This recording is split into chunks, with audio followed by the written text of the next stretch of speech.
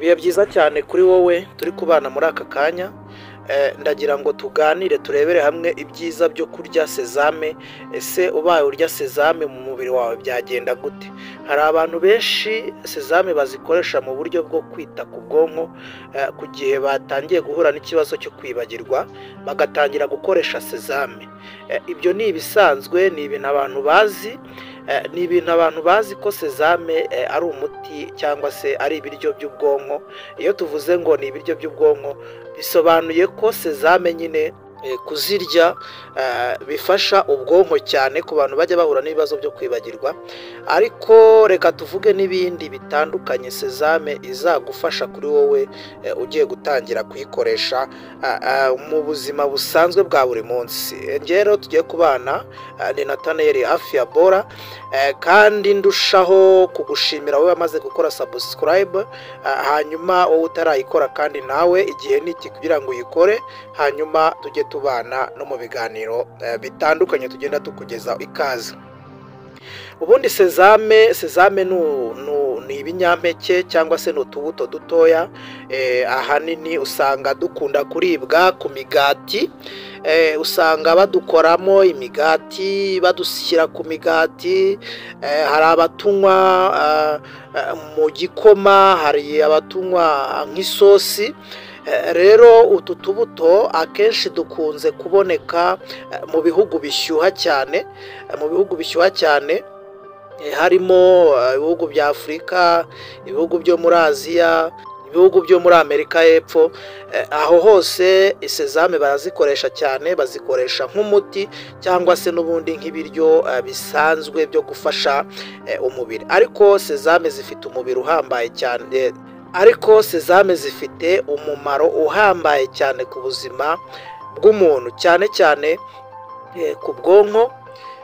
Rero sezame zifitemo amavuta, zigira n'amavuta akorwa muri sezame.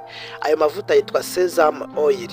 Ayo mavuta arafasha cyane kuko aya mavuta akize cyane ku ntungamubiri zitwa omega 6. Izi ntungamubiri zikaba zishinzwe gufasha umutima kuwurinda ndetse no kuba zawuvura indwara zitandukanye zifata umutima. Rero hari ibigize sezame, intungamubiri ziboneka muri sezame harimo ibyitwa calcium. Calcium ifasha amagufa gukomera, ikarinda indwara zifata amagufa zitandukanye. Abantu bakunda kuribwa mu mavi, kugenda bikanga ku ahantu hamanuka ugasanga ntibyemera. Hari abantu bakunda guhura n'ibibazo byo kuribwa mu ngingo. Rero iyo ukoresha sezame birafasha cyane. Mu gusoza video turaza kuvuga uburyo ki wagenda unayikoreshamo n'uburyo nyine ikoreshwamo, uburyo wayirya iteguyemo turaza kubivuga. Sezame ibonekamo ibyitwa magnesium ikaba ishinzwe cyane cyane kugabanya umuvuduko w'amaraso uri hejuru. Niba uri kunyumva ufite ikibazo cy'umuvuduko w'amaraso cyangwa hari uzi ufite ikibazo cy'umuvuduko w'amaraso, iyi sezame nawe yamufasha cyangwa nawe ikagufasha. Ikindi ibonekamo ibyitwa zinc rero ikaba ifasha kongera ubudahangarwa bw'umubiri, hahandi umuntu arwaragurika ibyo bikagenda rwose ugasanga umeze neza. Ibonekamo vitamine B ndetse na vitamine E zifasha ubwonko gukora neza no kurinda uruhu gusaza.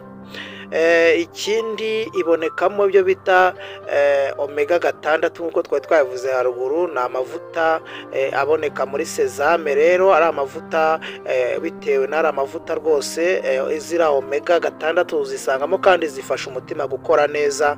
Abantu bajye bakunda guhura n'ibibazo byo kurwara umutima akabaho ubwo yikanga, hakabaho ubwo umuntu yumva umutima uteraguza cyane. Ibintu nk'ibyo rwose usanga bigenda neza kubera ko zifitemo ibyitwa omega 3 bikize cyane kuri ariya mavuta arimo omega 3. Hari akamaro rero, hari icyo bigufasha wowe uyikoresha.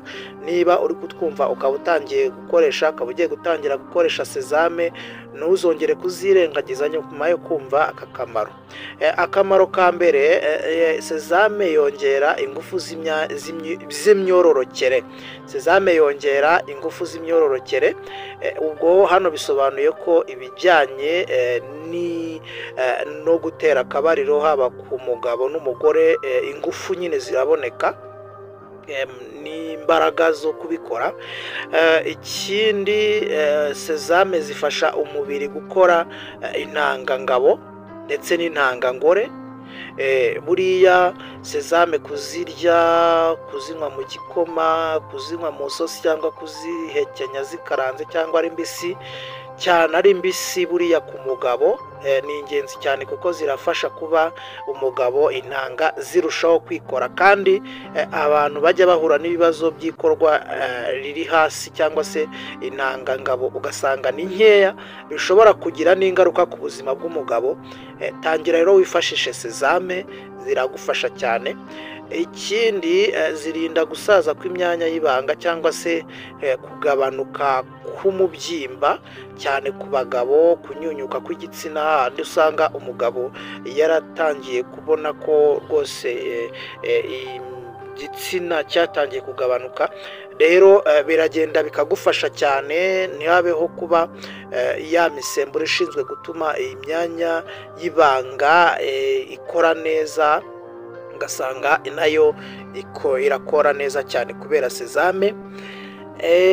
Hari kurinda no kubura amaraso. Hari abagore cyane cyane mu gihe cyo kuba batwite bakunda guhura n'ikibazo cya anemia cyangwa se anemi. Rero ikintu cyo kubura amaraso, iyo ukoresha sezame cyane cyane ku bagore, ntushobora guhura n'ikibazo cyo kubura amaraso.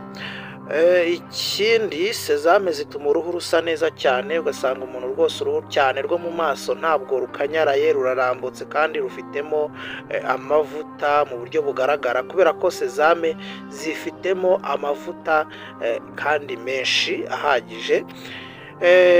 Sezame kandi zifasha imisemburo gukora neza cyane cyane mu gihe cy'uburumbuke, cyane ku bagore. Imisemburo nyine igakora neza, ugasanga bimeze neza. Rero tugeze noneho ku bana, ahaho rwose sezame ni umuti ukomeye cyane. Uzafate sezame uziha umwana nk'igikoma, ushobora kumuha ufata nka sezame ukazisekura nkeya, ukazikuramo agafu gake, ukamukorera agakoma karinganiye, niyo byaba ibiyiko 3. Niyo ibyo bintu wabimuha rimwe mu cyumweru, ndagira ngo nkumenyeshe ko, cyangwa se ndagira ngo usobanukirwe neza iki kintu ko uzaba uri gukora ikintu gihambaye, kuko umwana ntazigera yibagirwa ibyo yabwiwe. Umwana afata mu mutwe ku rwego ruri hejuru, kandi ugasanga umwana akuze neza, ubwonko bukora neza. Ikindi, ku bana ifasha icyo bita igogora. Ntabwo umwana ashobora guhura n'ikibazo cya constipation, hahandi usanga umwana ukiri mutoya yagize icyo bita kugomera. Wenda tuzagenda tunabivugaho, tuvuge n'umuti. Hanyuma ariko iyo wanamuhaye ni sezame nk'igikoma, iragenda ikamufasha ntabe yahura n'icyo kibazo. Ikindi, ni ukurinda indwara ziterwa n'ubudahangarwa buke ku bana, cyane cyane umwana urwaragurika, umwana ukunda kurwara indwara zose, ugasanga ababyeyi bahora kwa muganga kubera uburwayi bwa hato na hato bw'umwana. Rero iyo ukoresha sezame bigenda neza cyane. Rero sezame hari uburyo bwo kuzirya. Ushobora kuzirya ku mugati wa mu gitondo, ushobora kuzirya ku mafunguro ya saa sita cyangwa nijoro, wazifasha ukazivanga n'ibyo kurya, ushobora nyine nk'isosi. Ikindi, ushobora kuzikoresha ari amavuta, kuko zigira amavuta meza cyane yitwa sesame oil. Aya mavuta rero ni meza, ni ingirakamaro mu kuyarya. Rero ntabwo uyakaranga mu biryo, ahubwo urafata nk'ikiyiko ukagishyira hejuru y'ibiryo bikeya uri kurya, ugasanga umubiri umeze neza cyane. Ikindi kandi, buriya sezame zirafasha cyane buriya ku muntu ugira ibibazo byo kuribwa mu nda bya hato na hato, nabyo bigenda bigufasha iyo uzikoresha.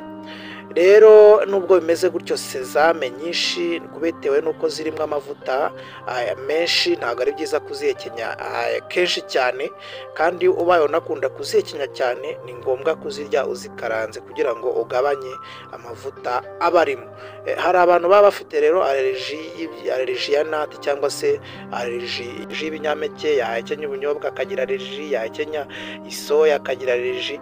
Rero niba nawe bikubaho, mbere na mbere banza utwandikire cyangwa ubaze no mu bundi rwego rw'ubuvuzi bagufashe, hanyuma ubashe kuzirya umeze neza. Rero niba ushaka kugira ubuzima bwiza muri rusange, tangira ujye ukoresha sezame mu buzima bwawe, sezame ntuzibure.